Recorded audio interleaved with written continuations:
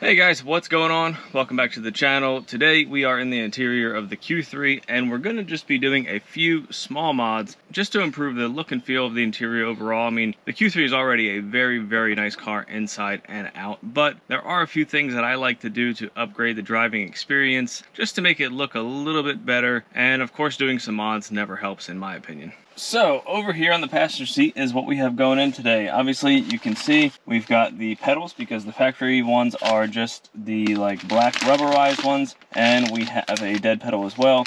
We have a knob from BFI, and we also have some new paddles that I actually took off of the RS steering wheel when I put it in the S4. I had these laying around, and in my opinion, they're gonna look just a little bit nicer in here. Even if I never plan on using these, it's still just something that it just looks nicer. The gloss black is gonna match the gloss black on the dash. The silver trim is going to accent everything very nicely. I think these will be a nice improvement. And for the shift knob, it is a BFI knob. I love their stuff. I got this from It's Not Stock. I'll link them down below.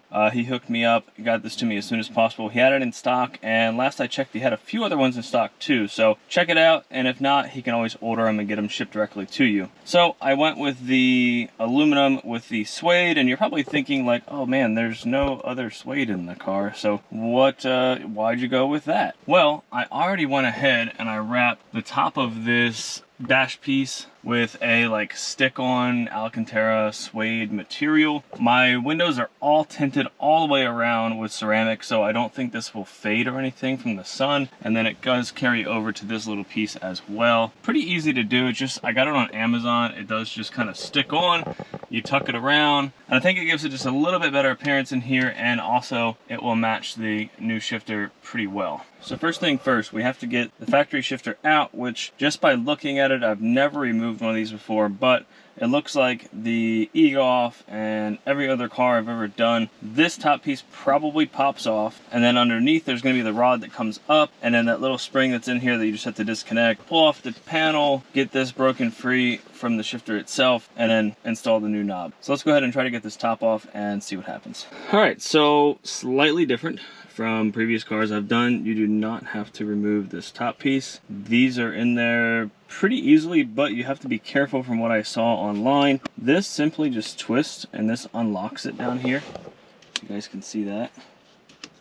But the key is when you pull this off, because you unlock that and you pull the shifter straight up off, you have to be sure that the button is not depressed in, because if it is, it will get stuck and then you're going to have a bad time. So we're going to go ahead and try to do this, and I will try to record as best as I can. Alright, so I think I've got a good angle. Another thing I saw online, you can insert, if you lift up on the front of the trigger, you can actually put something in there just to be sure. So I slid a zip tie in there, and while I'm pulling it up, I'm going to go ahead and hold onto the zip tie to make sure that the button does not get pressed back down. I've already went ahead and unlocked that. So now all we should have to do is pull up on this with some force, and it should come out. Just like that. Actually, it didn't take that much force. That was pretty easy. So that's kind of funny that I didn't have to struggle. I enjoy that very much. Next step is going to be getting this boot and trim off of the factory knob, because we do have to reuse it with the BFI knob. It's looking very similar to Volkswagen ones, where the shift boot is actually like partly inside of that locking collar right there. So I'm gonna go ahead and grab my metal pry tool, I'm thinking, and see if I can get that plastic ring off of there so I can reuse this boot. Okay, well, I didn't show you guys that, but that was actually pretty easy in the past. With the Volkswagen ones, they've gotten mangled and destroyed when removing them. This one literally popped right off and actually hit Archer in the back because I was doing it inside the house. But I have a snap-on like trim removal tool that is metal. I went ahead and put it in between. There's two little like slots here. Went boop, twisted up, came right off, and that's that. So this part is done. Next, we have to start assembling the BFI knob onto the factory shift rod. All right, so this is what comes in the box from BFI. A little bit different than the last one I installed. I don't know if that's because this is a different style knob, but basically this is going to slot over top of this. There is a little set screw that's going to go in here, and it's actually going to go through that hole right in there, and that is going to allow you to pick up on the knob, put it into gear, and move on. Now there is also a couple of other set screws in here that go in down here. As you can see, the slots down there, and those are there so that this doesn't spin around or move. So they're going to get locked into place there. And it is raining outside. What in the world, Florida? You crazy. I guess I've got to close my door a little bit. All right. Now I'm going to sweat to death for a bit while it rains. So I'm going to go ahead and we're going to get started. We're going to put the top one in, get that into place, get everything set up, get the bottom ones in, and then yeah, it shouldn't be too bad. Before I put the knob onto here, I'll go ahead and secure it to the boot, and BFI also includes a low profile zip tie that you can use to do that. Alright, so we got these set screws in place, the two on the bottom here. Make sure you alternate tightening them so that you don't over tighten one and then you can't tighten the other one, so just kind of go back and forth until it is nice and tight and secure. This up top, you want to make sure that the set screw in here is at the top of the plastic rod. So what I did was I held this up like that, and then I went ahead and started to get the bottom screws in. That way when I did that and I let this go, everything resets where it should. Alright, I had to go grab my key so that I can test putting this back into gear. So then when you do that, everything works as it should.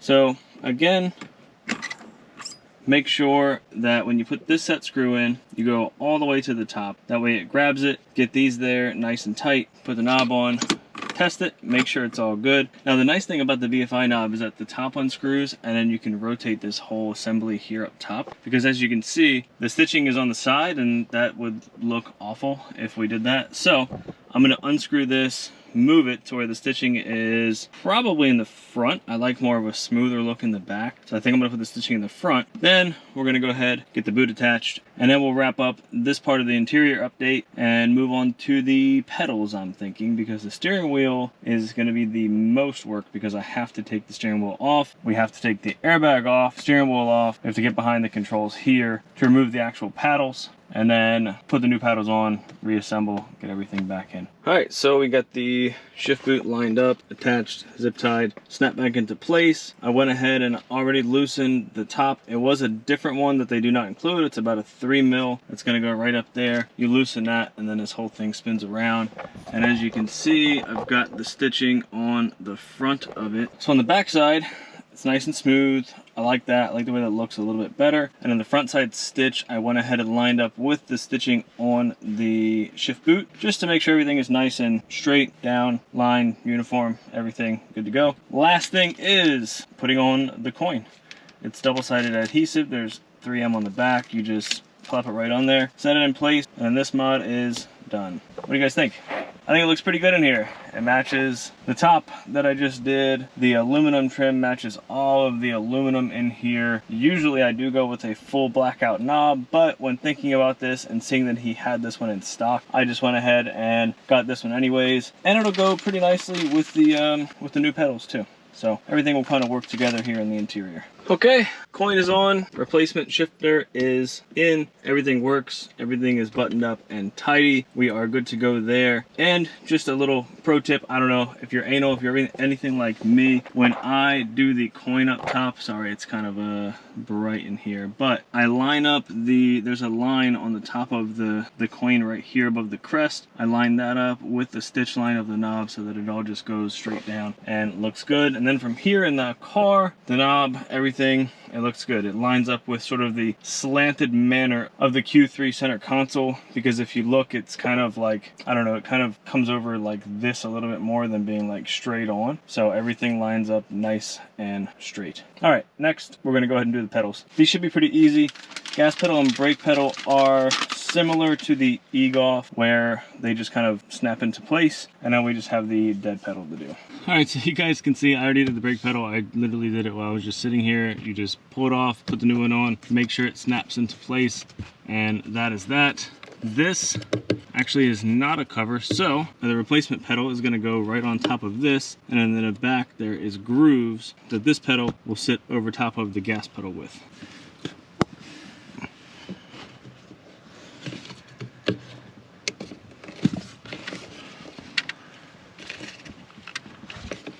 Now it is kind of an awkward area to work in, so you gotta make do.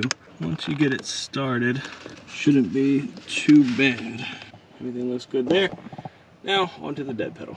All right, so for the dead pedal, it does get tucked back behind the kick panel here. So we're gonna have to remove the hood release, which on the back side, there's just a little tab that you pull out on with a pick tool. Take this off, and then you can pull the lower panel out and you can get to the clips that hold the dead pedal in. I'll go ahead and get this off and then I'll show you guys what I'm talking about behind that panel. So we got the dead pedal out. Unfortunately, the Q3, the kick panel goes all the way back under here. So I just went ahead and loosened it and I was able to get out the kick panel. Now back behind here, yeah, right back here is where these on the side, they actually kind of clip into there.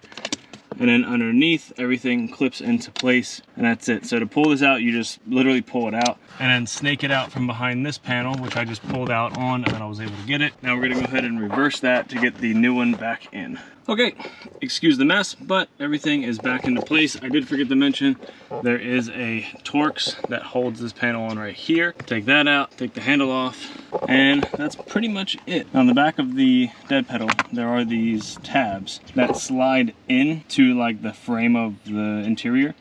So what you want to do when you reinstall this is you slide it into place, get it back here behind this panel and get those clips in there, and then just give it a nice like that, and it clips into place and everything is done. So I'm gonna go ahead and get this Torx back in, and I will show you the handle assembly here as well. This is very similar to the B9, so it's kind of the same thing, but on the back side here is where this tab goes. So this tab just holds everything in place in here so that it stays right on this little knob.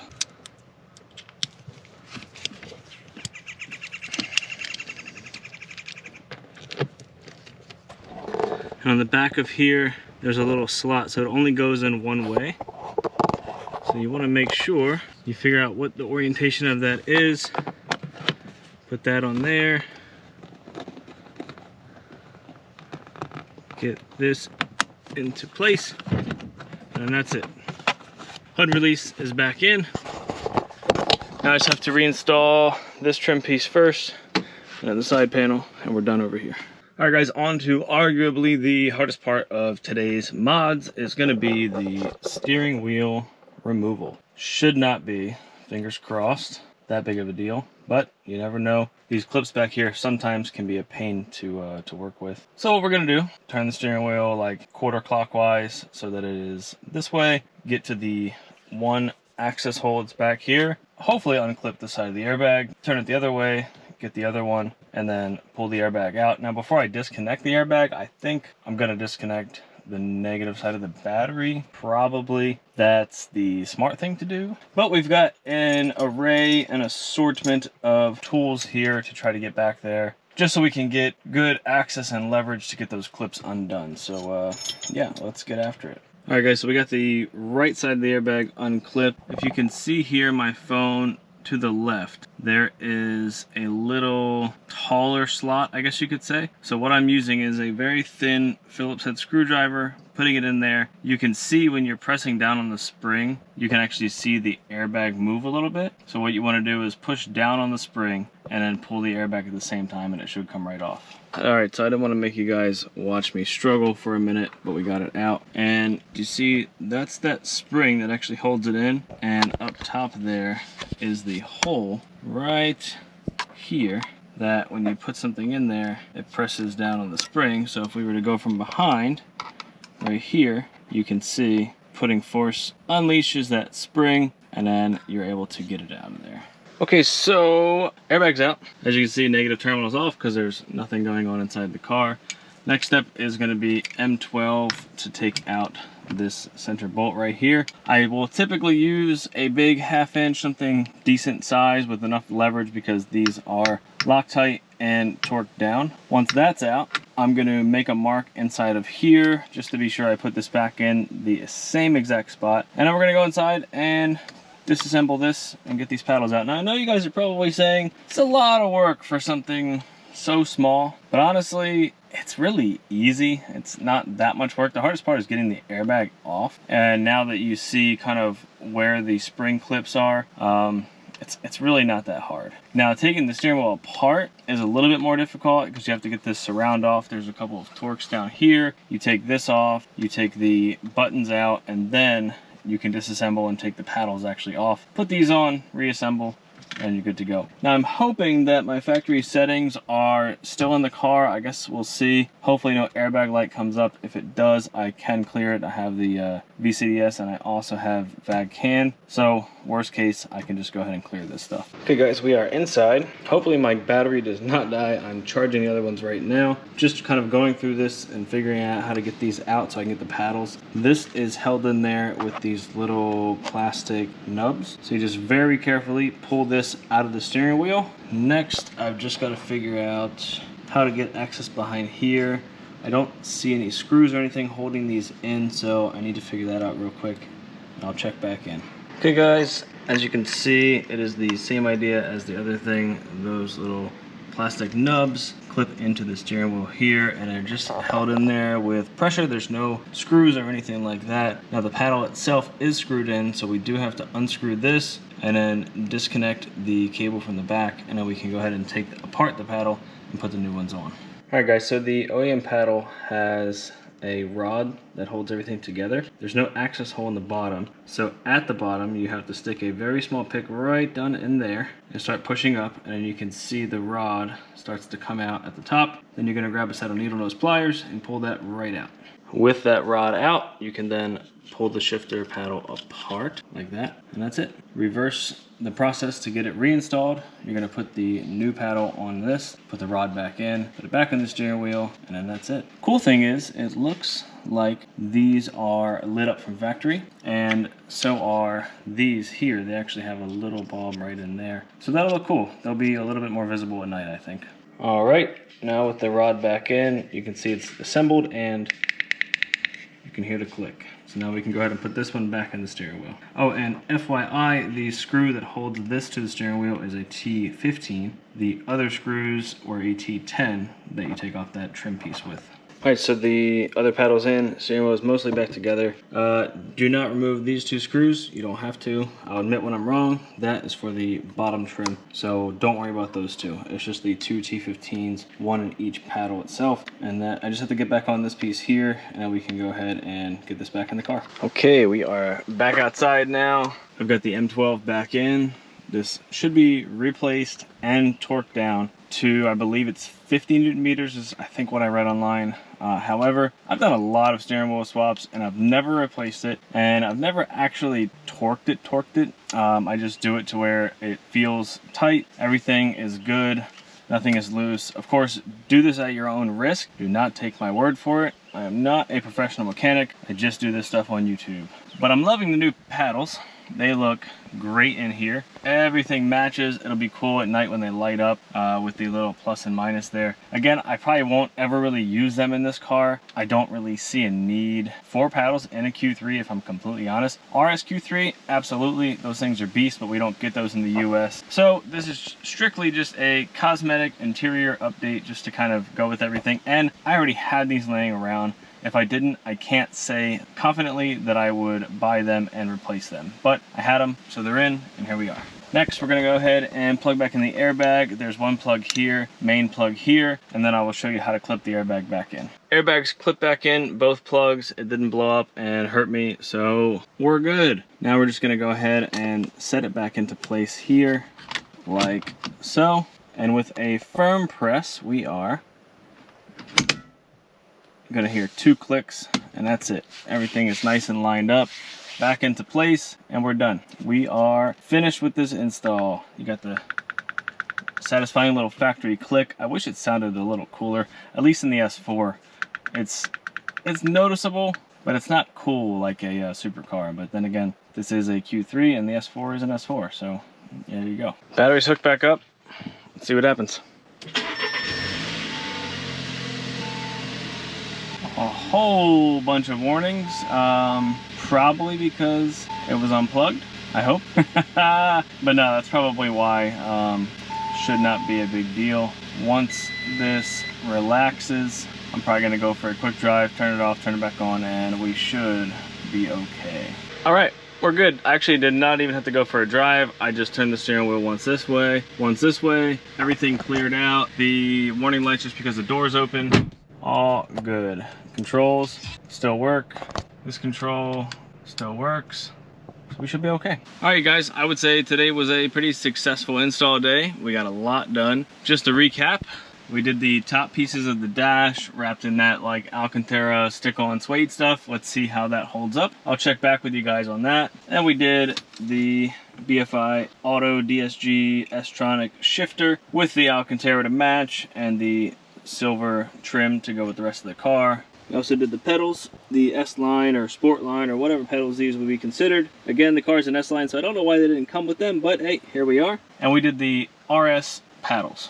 Are any of these something you guys would do to your car? Leave a comment down below, let me know. It's all very universal to like the Audi Volkswagen community. As far as the shifter goes, the paddles, it's all roughly the same process. Even the pedals, the dash, obviously that's gonna be a little different because everybody's dash is different. In the future, I do plan on upgrading this little quattro panel here.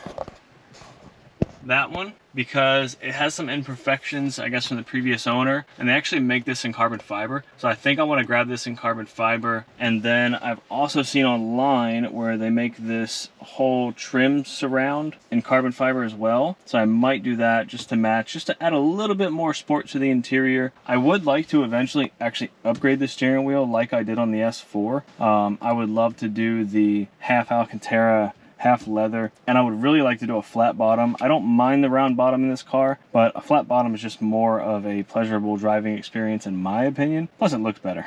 I think next up on the list is going to be B2B's lift kit and the new wheels and tires that I have as well. I'm hoping to get them done next weekend and then get this video out to you guys as soon as possible. I don't know when you'll actually see this. I have one video I have to publish. I have another one that I have to edit. Then I have to do this one. Yeah, there's going to be a lot of videos coming for the Q3, so stay tuned. I'm going kind of quick with this build series. I can't leave stuff stock for long, so I've got a lot of stuff showing up for it and a lot of videos to put out for you guys to check out. All right, so I'm gonna head back inside. It's Sunday. I've got to do some laundry, some chores, all the boring adult stuff that none of us really want to do, but we have to still do it. As always, thanks so much you guys for stopping by. And again, thank you for helping me hit 1,000 subscribers. The only way is up from here.